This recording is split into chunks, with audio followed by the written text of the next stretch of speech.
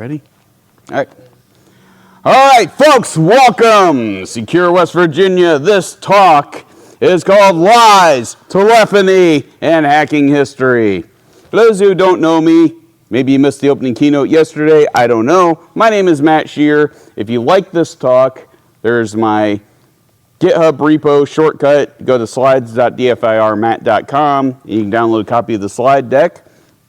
It's great to be here. This is my second talk this time at this conference, this weekend, so pretty cool. But this is my 5th year speaking at this conference overall. Back in the day, it was once called HackerCon, which is why I call this, well, the title at the top, before there was HackerCon, we had these things, Lies, Telephony, and Hacking History. So with that, let's get going. So about me, I work for a big, well-known organization. Everybody here would have heard of it, except they won't let me talk about where that is. So I'll just tell you I'm Vice President of Computer Security Incident Response there. I do a lot of digital forensics and incident response, but I do a lot of other things too. If you're not connected with me on social media, do reach out and send me a connection request on LinkedIn. And also, if you're on the X social media platform, I'm at C3RKAH. And with that, let's get going here. I'm official hacking is not a crime advocate. That doesn't mean that cybercrime isn't crime, because it is, but that's not the same thing as hacking. It just is a pejorative that gets misused all the time in the media and other places. I am on the advisory board for the Information Technology and Cybersecurity Program at the Warren County Career Center in Ohio, which is where I'm from. And this is very near my house, so it works out well. But no, seriously, I have some issues with how we teach cybersecurity to people. I feel like we're teaching people to run, but they've never learned to walk or crawl before that. And it's sort of an issue, and I want to fix the problem, which is why I'm on this advisory board, to help fix those issues. I'm also a technical mentor for WAMSA, which is the Women's Security Alliance. They're always looking for mentors and mentees. If that's an organization that might speak to you, check out their website, wamsa.org. And with that, let's get going. I have a day job, but everything I'm talking about are my own opinions. These do not express or reflect the views or opinions of my employer. Now we got the boring disclaimer out of the way. Let's talk about social engineering. Some believe that social engineering dates all the way back to the Garden of Eden. But regardless of what you believe, deception and trickery have likely been with us for a very long time. One of the things I want to talk about is where social engineering intertwined with technology. So social engineering technology really began with phone phreaking, and we're going to talk a lot about phone phreaking today. But really the telephone system blossomed in the world's first interconnectable global network. Long before DARPA, ARPA, internet, all that, it was the telephone system that was the biggest network in the world that could be connected from point to point around the globe. And it was built by the telephone companies, or often called telcos for short.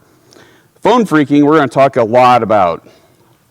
But a note about telecom history. Some of the timelines I'm giving you may not match your local geographic region per se, because things got upgraded in different areas on different timetables. And sometimes it was really the result of density of population. Sometimes there were, bigger strains in areas. Sometimes equipment got more antiquated, and the ongoing costs to maintain that infrastructure started to exceed what it would be to replace it. And so these things meant that just things didn't always, when I show the timelines, might be grain of salt for a particular area of the country. And so local telecommunication stacks really just varied on all those factors. In the 19th century and onward, telephone companies hired switchboard operators to assist customers and route calls. And these were people that unplug cables and plug them into a switchboard, physically manipulating the cables, plugging in and unplugging to route calls. And they were, the operators of the day, and they would essentially work with people that would make requests. Now, most people didn't have direct lines in the early days of the phone system. Most people were put on what was called a party line. And what a party line was they might wire up your neighborhood, and they would assign you a certain number of rings. And they would assign your neighbor another ring, and then so on and so forth. However, just because they told you, you pick up on ring number 3, that's yours, there's nothing that keeps the person whose ring number is 5 from figuring, hey, I wonder what they're up to down the street. I'm going to pick up and just listen in. So there was no expectation of privacy. It's one of these things we'll talk about a little bit later, but people kind of later on forgot about these things because they got used to having direct lines, and it, that party line mentality of, yeah, I can have a conversation with somebody, but I might want to be a little careful what I talk about because I don't know who could be listening in. Oops. So the 1940s to the 1950s. Sorry, I skipped. Okay, late 19th century, early 20th century, electromechanical switches came to be. These Schuerer step-by-step switches were the first telephone switches. This is the beginning of automation. This is kind of an important milestone because automation is what makes a lot of what we talk about later on in phone phreaking entirely possible. So the SXS switches continued growing in footprint during the early 20th century.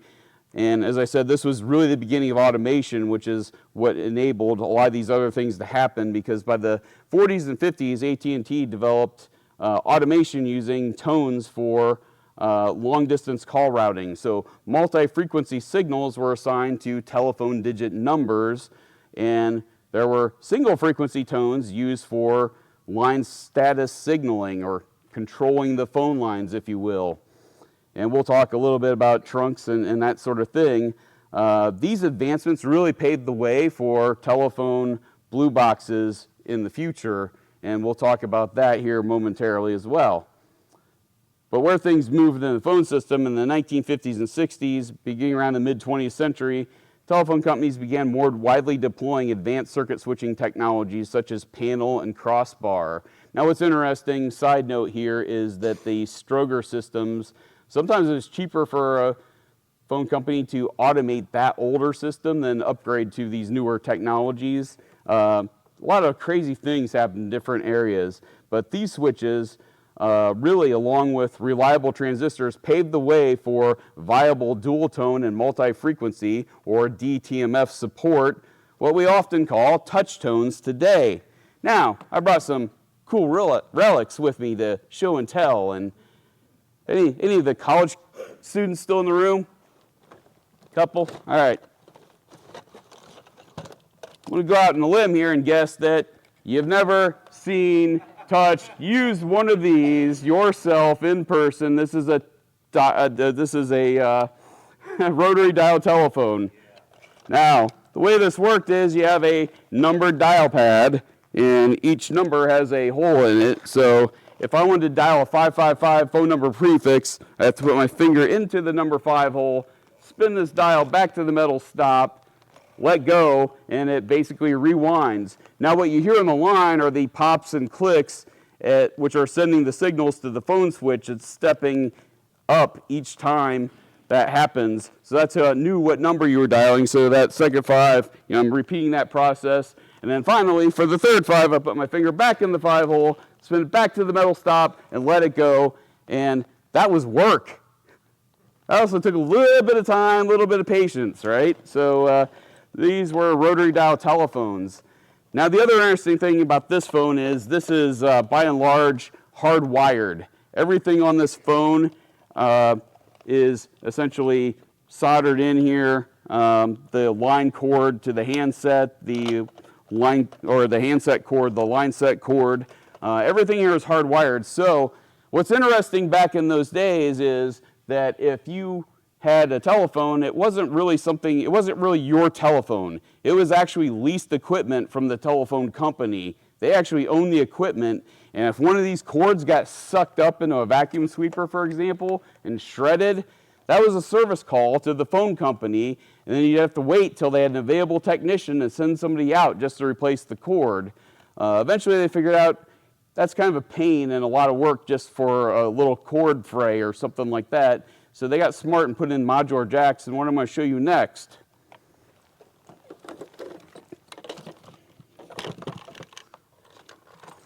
And so this is a touch tone phone.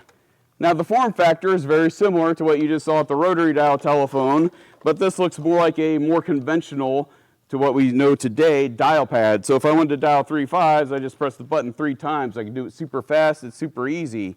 In fact, with rotary dial telephones, people who had to dial phones all the time, that got so tedious to continually dial numbers, and the bigger the number, the longer you had to spin it. Sometimes people, to preserve their fingernails or save their fingers from sores, would flip a pencil around and stick the eraser in there, spin it back, and use a pencil eraser for that.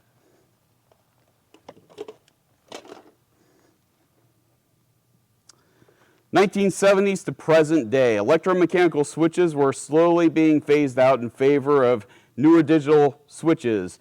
Electronic switching systems, ESS for short, these migrations to digital phone switching really is the beginning of phasing out of the older analog telephony into digital telephony. And then since those times, more and more as time has gone on, we've seen switches over to voice over IP, or VoIP for short.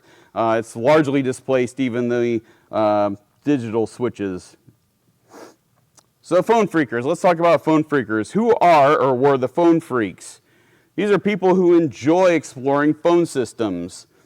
Those who enjoy experimenting with technology. Some were obsessed with learning the science and technology behind telephones and the phone networks. And phone phreaking often became a gateway or bridge, because you're probably thinking, well, Matt, that sounds like a hacker, right? Darn right it does. Because oftentimes phone phreaking sort of led people on a pathway towards computer hacking, or vice versa. Somebody was interested in computer hacking, but you interconnected to phone systems over the phone lines, and that was how you would connect computers together once upon a time. And so that could get expensive if you're having to connect to remote systems. So yeah, would try to figure out, okay, how do we get around that kind of thing? And I'll talk a little bit more about that here in a moment. Yeah, something around, well, it came around called war dialing. And this was featured pretty heavily in a movie called War Games. Anybody in the room see War Games? All right, hands going up all over the room. And for anybody that couldn't raise their hand, please put that on your watch list. It's a classic movie about hacker stuff. And yeah, there's some artistic license with it, but it's surprising how well that movie holds up to this very day in terms of, you know, high concepts and even certain terms and so forth. And for those of you who have seen the movie, you will recognize what I'm about ready to pull out. Some of you may not. Before there was wireless networking, before there was wired networking, there were these things called modems. And we had internal modems. Before that, we had external modems. Before we had external modems, there was this. This is called an acoustic coupler. Now, this was essentially the first modems of their day. And the way this worked was you basically have a serial or parallel port on it that would connect to your computer, and other than that, it's just a power cord. Now what's interesting is in the movie War Games, they showed this being used for what would be termed as war dialing. That is calling a number to listen for tones. And if it got tones, it would note that it was possibly a computer, and if it didn't get tones, it would move on to the next number and not make a notation of that. But it would increment. You'd start at 001, 002, 003, that sequential incrementing. And again, if you were trying to do that outside your area code and exchange, that might result in a hefty phone bill, which is why we'll talk about phone billing here momentarily. But yeah, this is pretty cool. Now this particular model is smoking. You know, a lot of these things operate in the 100 baud and 300 baud type ranges. This is actually a 1200 baud acoustic coupler, which was pretty remarkable. But yeah, you don't see too many of these other than movies, museums, and right here at Secure, West Virginia.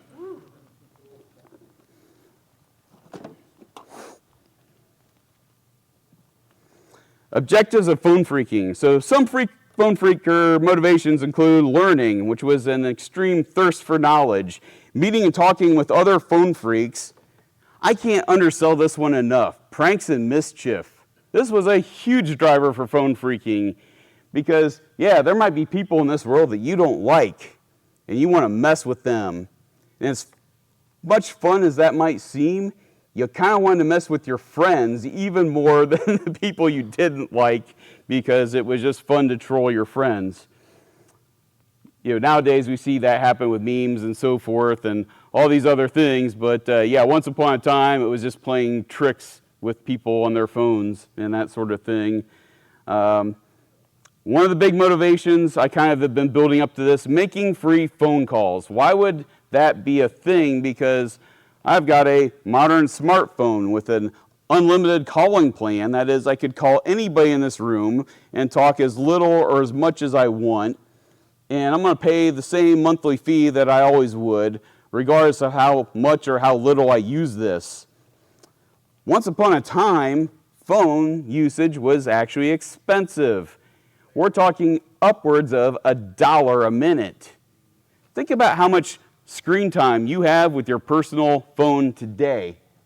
That's a lot of time. If you had to pay $1 for every minute of screen time, you would either minimize your use of it as much as possible or start trying to figure out ways to get around having to be billed and pay for it.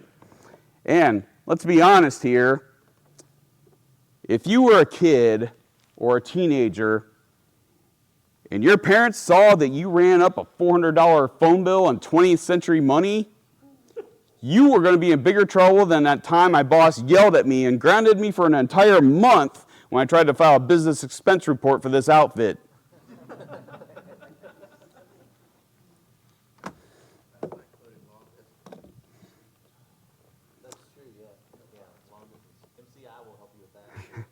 All right, phone phreaking and film. This is not an all-inclusive list. I've left some things out.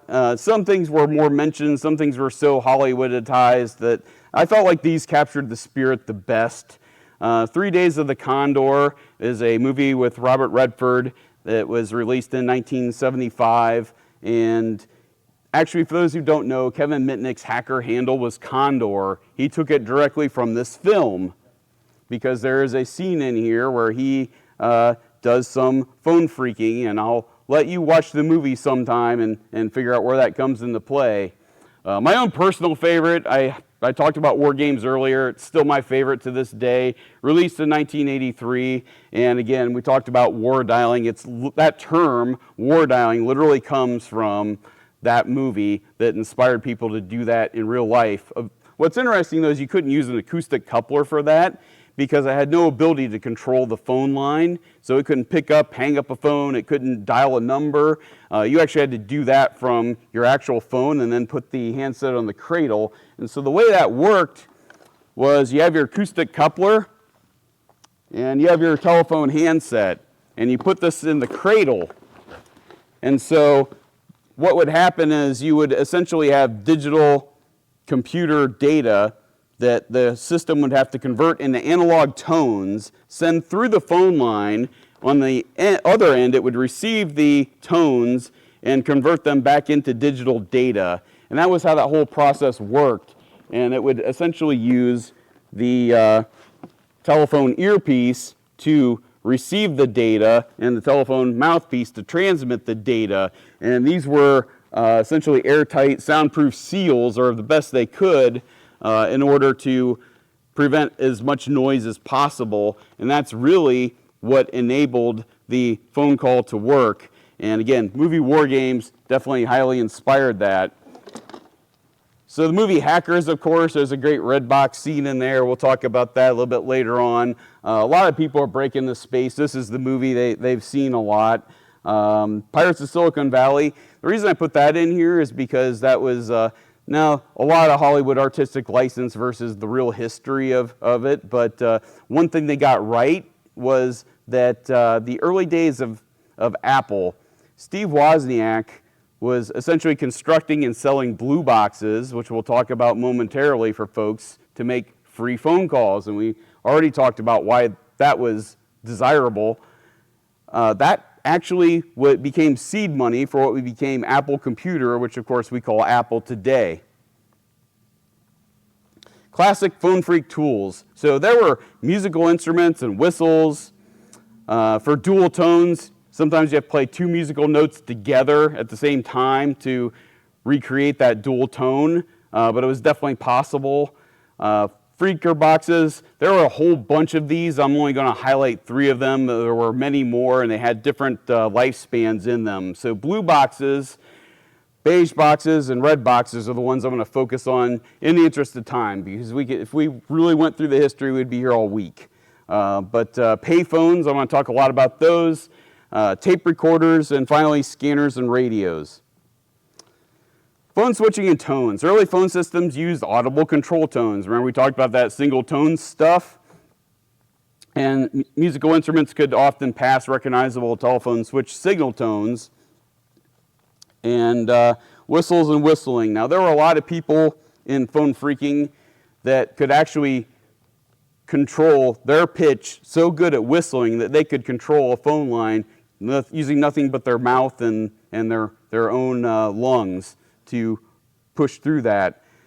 What people figured out eventually is that, hey, Captain Crunch had these free boson whistles as an in-toy giveaway. And what was really interesting about those is if you covered the middle hole and blew into it,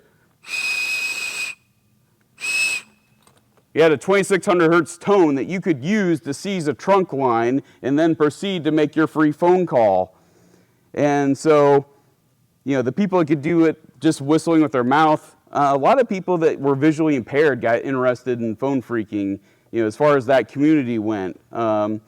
They just were developing those other senses to higher levels, and so it was not uncommon in that circle for people that were visually impaired, legally blind, to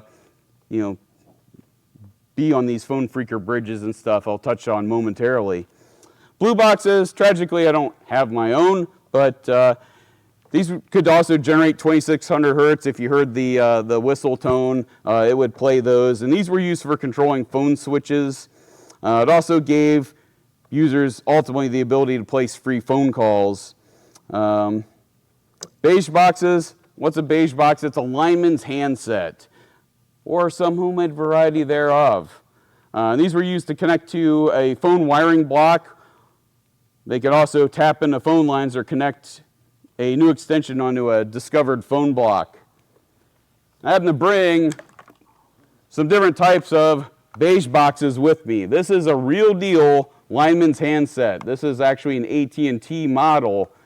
These, you notice they have the phone numbers on them and some other options. And what's interesting is on the cords, these are very durable. I could beat this podium, put a lot of big nasty dents in the podium, and this thing would be just fine.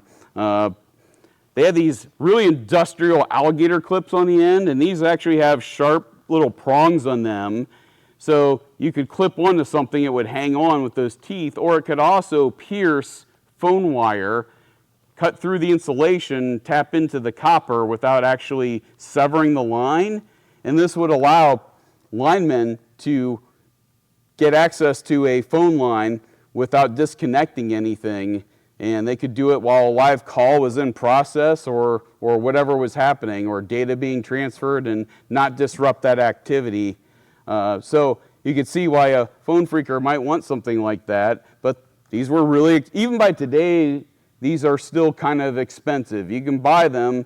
They're not particularly cheap. Now, I wouldn't endorse this, but I have to imagine that probably on more than one occasion, some telephone company vans got the doors jiggled just to see if they were unlocked, because this would be a very valuable treasure that one might find inside. Again, I don't endorse that activity, but I'm sure it probably happened. So what is an enterprising phone freak to do if you can't get your hands on a real deal lineman's handset and you don't want to risk getting in serious trouble?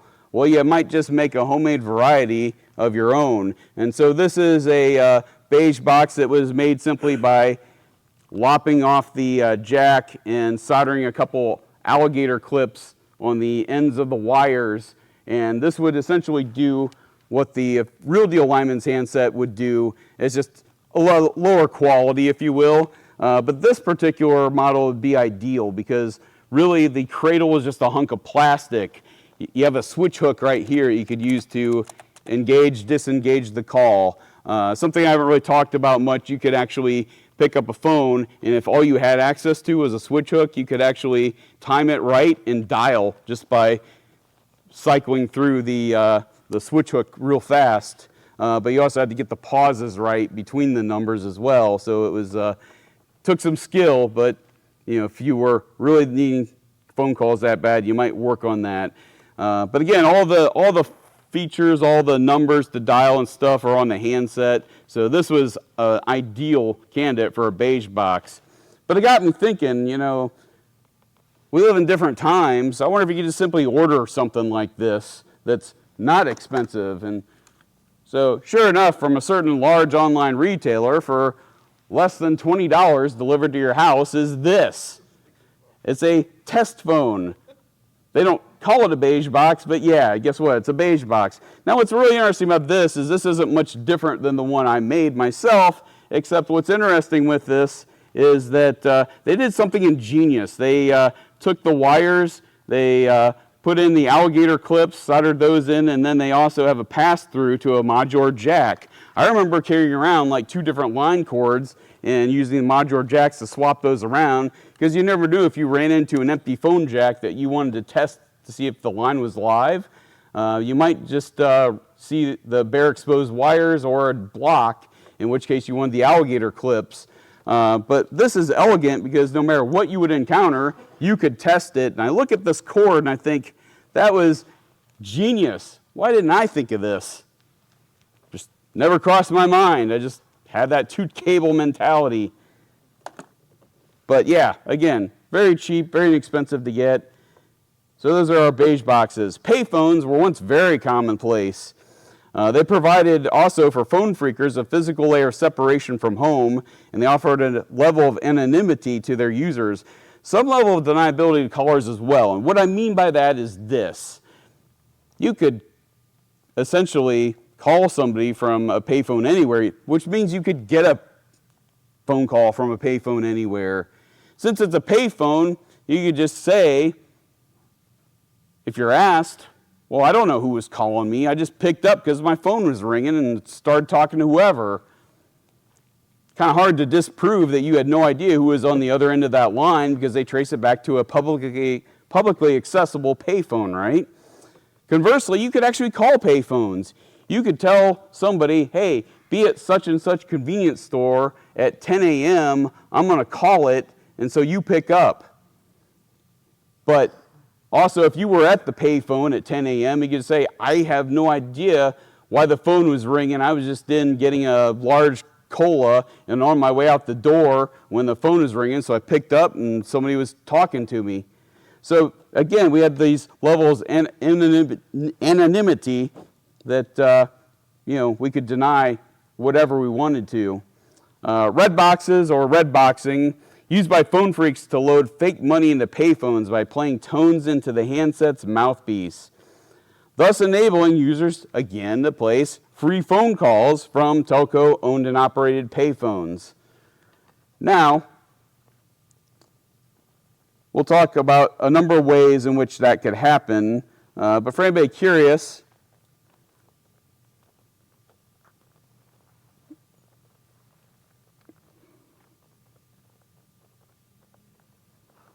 bear with me. Come on, play.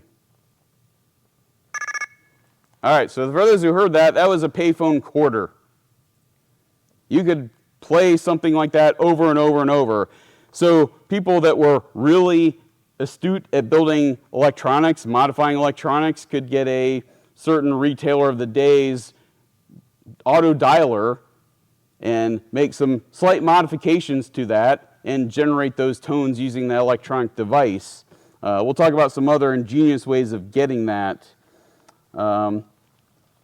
Now, I didn't try to bring an entire payphone with me in that suitcase. However, I do have a real deal payphone handset right here, and you can see how durable these were. It has the exterior armored cable, and it's got the reinforced steel cable inside with this nub at the end that would essentially make sure it stayed connected to the phone base and somebody didn't just rip it off of the phone itself. And inside of the cable are really just RJ9 jack off of the wires. This would actually plug into either of those, well, the one touchtone phone I showed earlier with the modular jack. This is what was kind of inside that people couldn't generally get to. And payphones themselves were pretty industrial duty and armored and protected pretty well. Because again, these things are holding money inside, right? And we know people like to try to break into things that hold money to this very day. So yeah, red boxing we would use to load fake money into payphones to make those free phone calls. Now what happens if you weren't particularly good at building electronics? What was interesting is you could hear when you were dialing phones, all the beep, all those tones playing in the background of your call. So if you had a way to record the entire phone call, that would include those tones. We didn't call these things replay attacks back in the day. That's exactly what they were. And so some people, they would record the tones on a tape recorder and be able to play them back. So how do you do that? Well, it's pretty easy for systems that have modular jacks.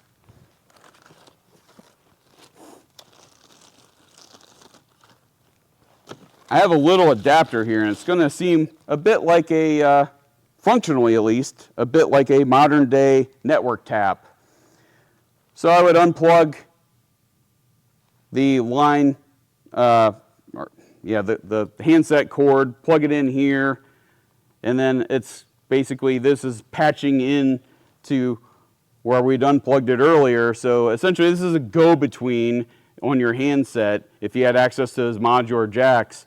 And then this is really just a line out that you could route into a microphone jack or a line in jack on a recorder. You could record those things, and just like I showed you with the red box, play it into the mouthpiece of the payphone handset and get that. But Matt, you said not everything had modular jacks and you really couldn't get to that stuff on a payphone. You're exactly right, but there's another workaround for that. Now, it bears noting that the quality of phone lines and those connections were often bad. They could be impacted by weather, time, distance. Sometimes you would just not get a quality connection.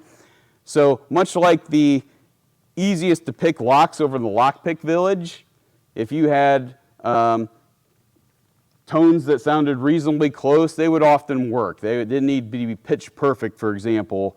So you encounter a handset and there's no modular jacks because everything, again, is hardwired.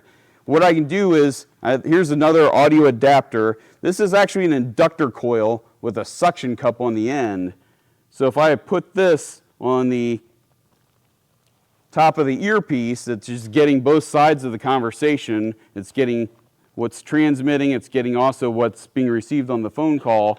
And what happens is, as conversations happen, it's essentially causing the inductor coil to go up and down, producing an electric signal. That signal is going to follow the line cable all the way into your tape recorder, again, your mic jack or your line in jack, which will then result in getting audible conversation, tones, whatever have you, from something that we don't have direct access to a modular jack. And again, the quality isn't quite as good as the one I showed you earlier. It just needed to be good enough. But if you didn't have access to the modular jacks or there were none, this was your other option.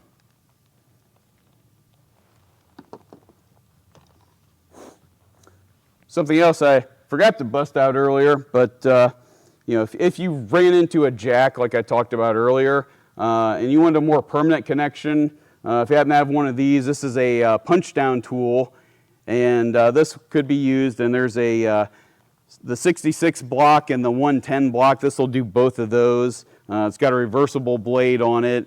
What was interesting is the 110 blades actually have a cutter on one side, so you had to be careful which one you used, or you would cut your wire short and it would fall off the block. You'd feel really dumb. I know this because, well, let's not say why I know this. But basically, you would put your blade over the pins and essentially punch it down, which is why they're called punch-down tools. For the 66 block, there's a blade here that we would use after we get the cable on the block and to cut that off.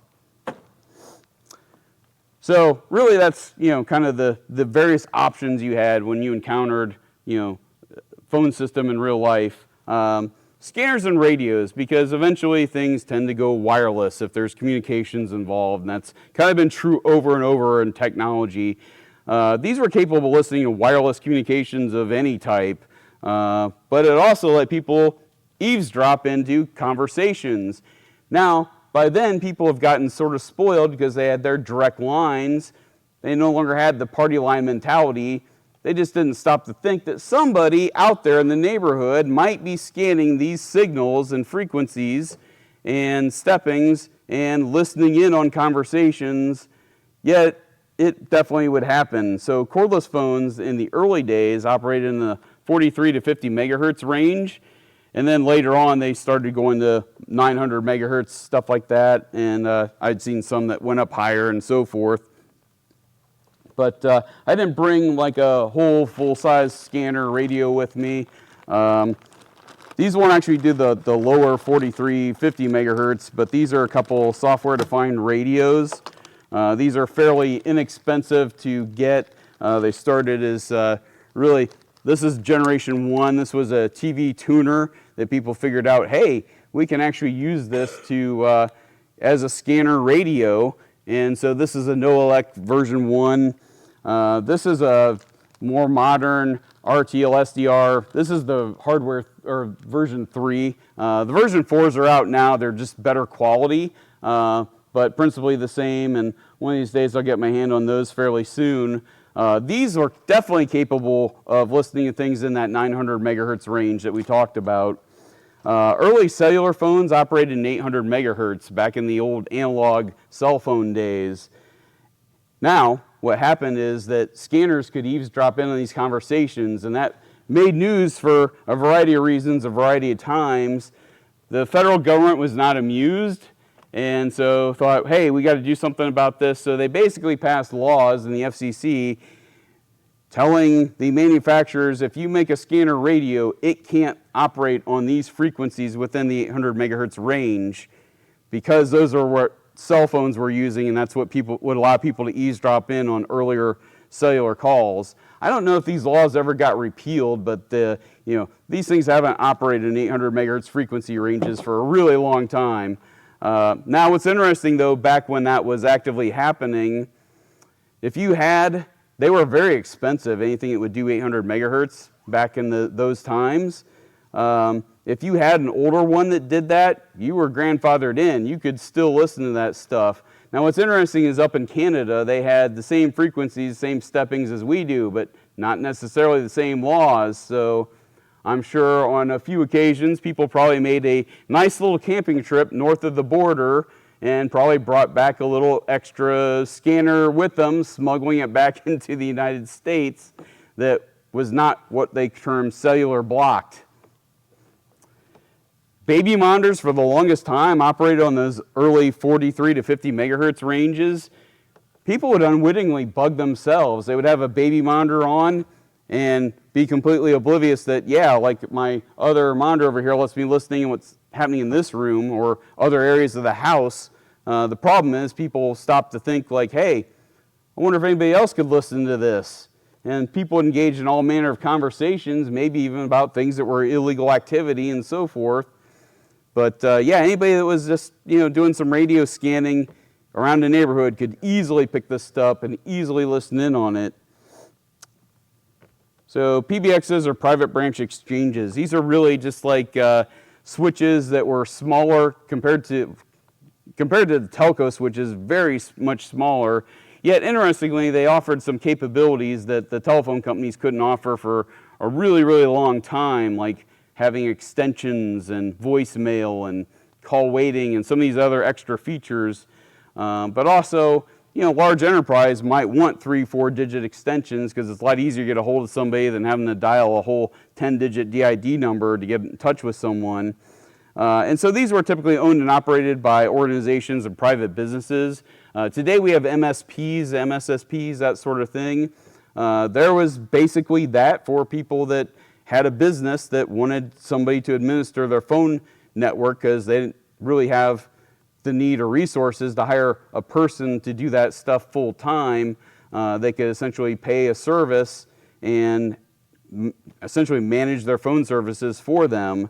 But these provided interconnected phone services to those type of customers, gave them a lot of flexibility and extra capabilities, and for comparatively, cost-wise, they might save money on certain features and so forth. But naturally, if it connects to the phone system, it was hacked or tried to be hacked, right? So we didn't have LinkedIn back in the day. So if you wanted to enumerate a company, you could call their number, and if they had a dial by name directory, you could just sit there and similar to war dialing, you could just dial last names, the first 3 letters, and start figuring out who worked at a place and what their phone extension was. You could actually build a big list of who worked at a company, what their extension was, and then you could pretend to be people, socially engineer. You could use that information for bad, but that was like early OSINT, right? Compromising voicemail boxes and listening to saved messages. This happened a lot because if your telephone extension was 123, guess what your default voicemail pin was likely to be? Yeah, 123. So it's a good thing that static, hard-coded passwords don't happen today, right? Or, oops, never mind. Setting up unauthorized voicemail boxes. If you thoroughly owned a PBX, great, you could set up extension 456, and you could make up whatever name you wanted to. So now, if you wanted secret information from an employee, you could call and say, particularly if you knew the person wasn't available, oh, I'm down Jill at 123. Oh, hey Jill, sorry I missed you. This is Steve at extension 456. Hey, I was needing this information. You give me a call back. I'd appreciate it. Bye. And of course, you wouldn't be around when she called back. Oftentimes, they would just leave it in a voicemail saved message. You could go back and then just retrieve it from anywhere, right? So that happened a lot. My personal favorite thing was, yeah, this is Matt from the phone company. I need you to do me a favor. We just did some maintenance work out in your area. I need to test some things. Could you please transfer me extension 91? Now, if they fall for that, they transfer you to 9, which gets you an outside line, and 1 is the first number you need to dial a long-distance phone call. I'm calling them from somewhere else, but if they do that, who gets the bill is the organization that fell for that social engineering attack, and they placed the call to extension 91. Now, it didn't get caught for a long time because phone company billing was like a month in arrears. So we're near the end of October here, and if this was getting close to your billing cycle, you wouldn't see that phone bill probably till sometime in December. And by then, you've had a lot of time to get away with things before anybody would ever catch on because of the way phone company billing happened. Call forwarding. If I can control PBX, I can forward an extension to whatever phone number I want, even if it's a long distance number. Same thing, it's the organization getting billed a month in arrears. They get stuck with the bill on that. Diverters would be if they, like a place had an after hours answering service, like a medical office. And so it would forward to somebody who would actually live answer the call, take a note and a message, jot it down on paper, then they would reach back out to the medical facility in the morning, say, here are your messages from last night. Sometimes these diverters that move those calls from the business to somewhere else were misconfigured, and they would leave the line open when the person taking the message would hang up. So if you still had a live line, you could then dial a number and piggyback on top of that. Phone phreaker or tradecraft, so dumpster diving or trashing for short. You could use it to grab manuals. Why would that be valuable? Well, because if I want to call the phone company pretending that I am a field service engineer for the phone company, I better be able to talk like a telephone company employee to talk to other telephone company employees in order to socially engineer them. Because if it sounds like I have no clue what I'm talking about, they're not going to believe me when I say I need to move service from this address to this other address, or disconnect service at such and such date, or any myriad of things that you would need the phone company to do. Again, that was just really where technology, social engineering intertwined. And so call routing loops, three-way calling used for eavesdropping and pranks, like I talked about earlier, pranks and eavesdropping, that sort of thing. Nowadays we call these things like man in the middle attacks, or adversary in the middle attacks, or actor in the middle attacks, or whatever acronym you want to use these days. We didn't call it that stuff back in the day, but that's exactly what it was. And you could listen on private conversations and get any information that was shared on that phone call.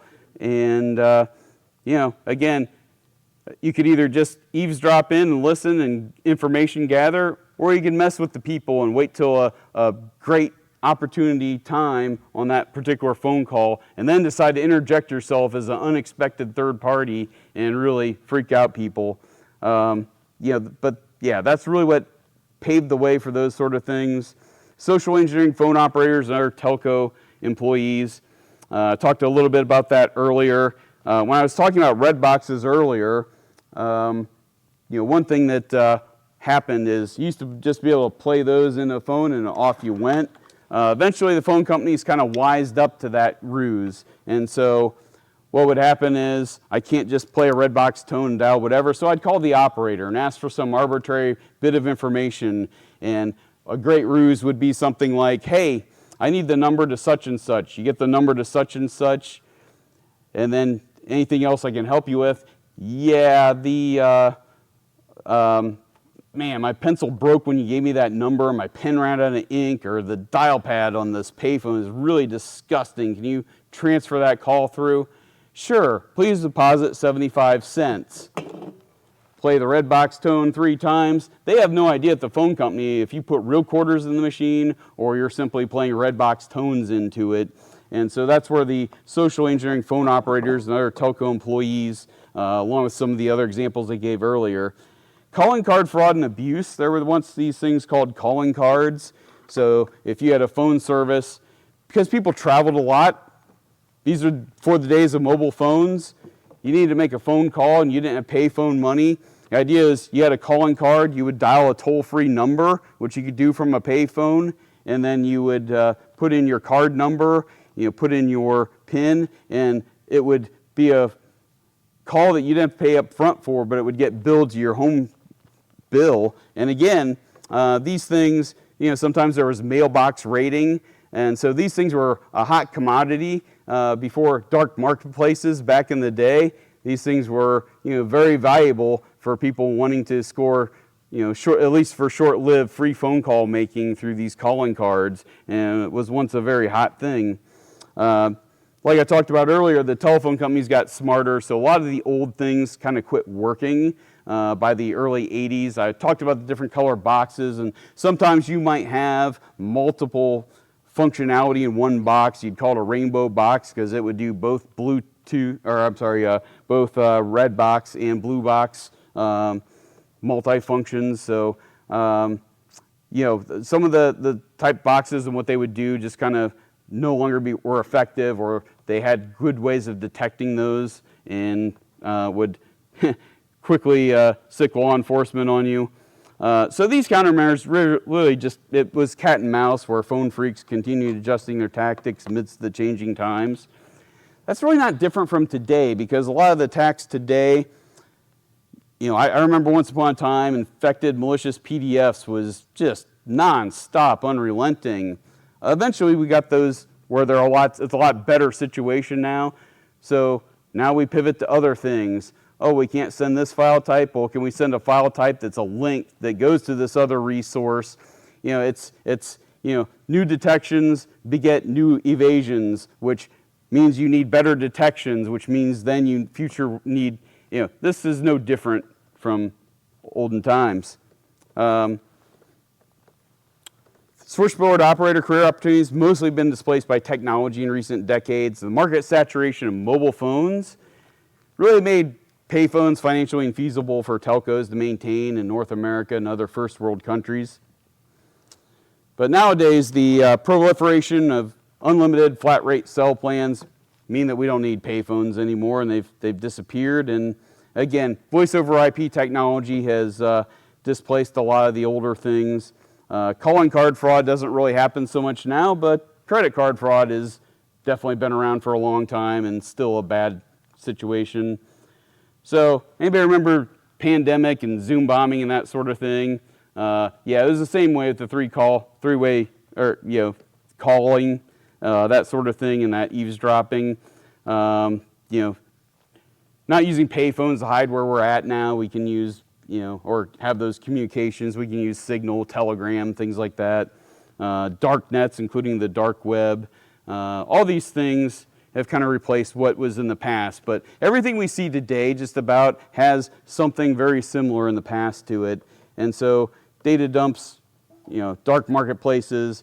Mobile malware, it's not really freaking, but it's an attack surface that used to not exist. I think, if anything, that phishing has gotten worse than ever. And again, some of the other anonymizing services like proxies, VPNs, Tor, that sort of thing. So technology and telephony abuse is not really a hobbyist thing now. It's actually big business by advanced persistent threats, threat actor groups, hacktivists, financially motivated actors, organized crime, and nation states.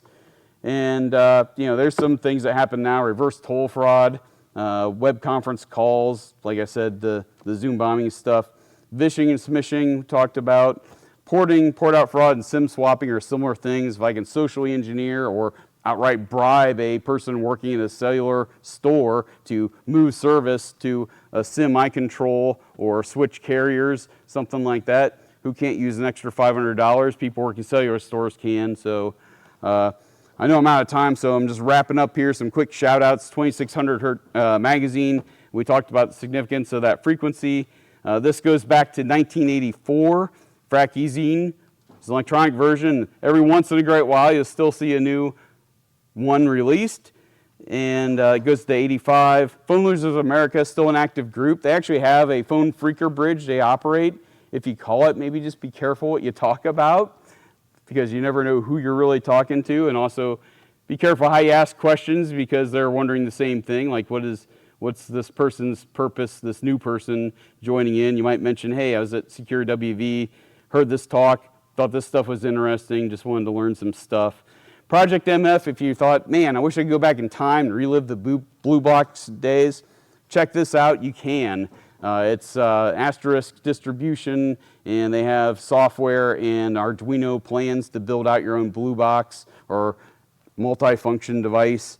Textfiles.com has a lot of old BBS text around phone phreaking and so forth. Tina Kazeniak is somebody that worked in fraud at Cincinnati Bell once upon a time, and it's been really great chatting with her. We've become really good friends about what it was like from the other side, and they lived to bust, the smart kids, for example, doing things on the phone system they shouldn't. So I'm out of time, but I will be around to the end, so I'm going to cut it short here. But thank you, SecureWV.